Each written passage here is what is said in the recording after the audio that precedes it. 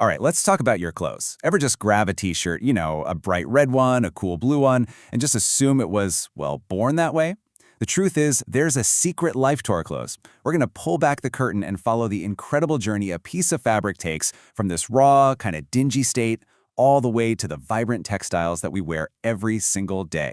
And trust me, it's a way more intense story than you think. I mean, really, stop and think about that for a second. Before your favorite shirt was, well, your favorite shirt, it was something else entirely.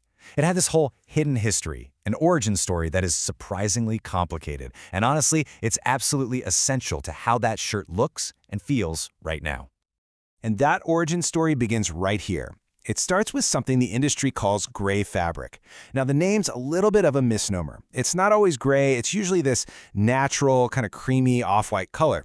But the words you really want to focus on here are raw and impure. This is the fabric literally right off the loom or knitting machine. And let me tell you, it is not ready for prime time. You wouldn't want to wear this. So why isn't it ready? Well, because it is loaded with all sorts of impurities. You can think of these things as the villains of our story, right? They're all this natural gunk and, frankly, manufacturing leftovers that are standing in the way of our fabric becoming that perfect canvas for some awesome color.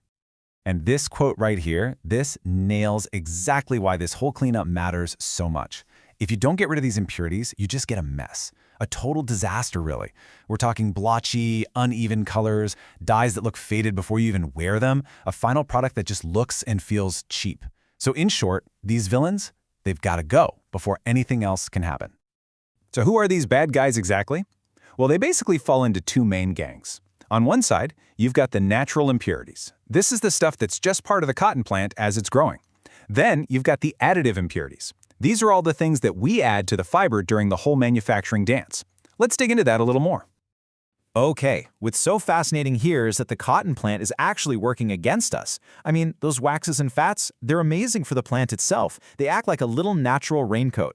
But for making clothes, they're a huge problem. They make the fabric hydrophobic, which is just a fancy way of saying it repels water. And hey, if you can't get water and dye into the fiber, guess what? You can't color it. Throw in some gummy stuff called pectin and the plant's own natural pigments, and you've basically got a piece of fabric that's actively fighting your attempts to make it look good. And then, of course, there's the mess we add all by ourselves. So, to keep the yarns from snapping during high-speed weaving, they get coated in this starchy stuff called size. It's totally necessary for production, but it creates this hard shell that dye just can't get through.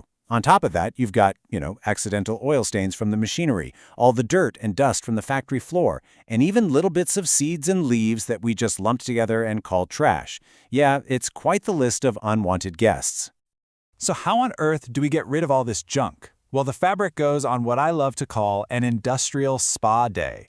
It's this whole series of intense cleaning treatments that are designed to get rid of every single one of those impurities, one by one, getting it ready for its big makeover.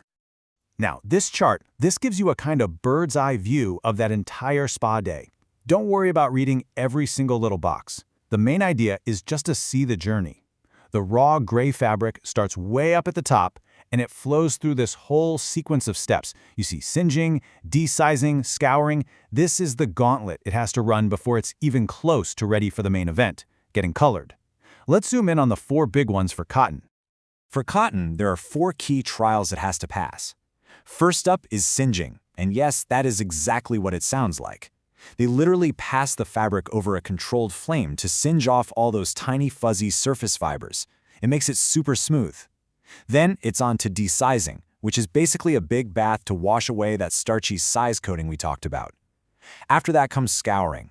Think of this as a super deep clean, a hot alkaline wash that finally dissolves and gets rid of all those natural waxes and oils. And the grand finale? Bleaching. This strips out those natural creamy pigments and leaves you with a pure, perfect, uniform white canvas.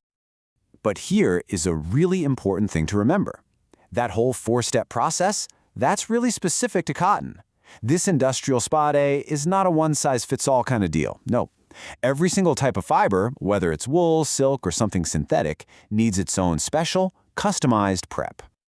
And this table here shows those differences perfectly. So take wool, for instance. A huge step for wool is something called carbonizing, which actually uses acid to burn away any tiny bits of grass or leaves stuck in the fleece. For something delicate like silk, the big step is degumming, gently washing away this gummy protein to reveal that gorgeous natural shine. And synthetics, because they're man-made, they often need a heat-setting step to make sure they hold their shape. See? Every fiber gets its own personalized treatment plan. Okay, so after all that, all the singeing and the scouring and the bleaching, what's the end result? What have we actually done here? We've taken that raw, impure, water-hating gray fabric and we have turned it into the absolute perfect canvas, totally ready for some color. Essentially, the fabric has been reborn. Its main goal is complete. It's now hydrophilic. It loves water. It soaks it right up, and along with it, the dye. All those pesky natural and additive impurities? Gone. And it's achieved this beautiful uniform whiteness, which guarantees that any color you put on it is going to be vibrant, true, and perfectly even. So if we look back at our process map, our fabric has officially survived that entire pre-treatment journey. It made it through its industrial spa day, and now, finally, it's ready for the really fun part, getting its color, its personality, through dyeing, printing, and finishing. So the next time you pull on your favorite t-shirt, just take a second. Appreciate its incredible hidden past. It's not just a piece of colored cloth. It's a survivor of a crazy industrial obstacle course. It's the hero of its own journey, from gray to great.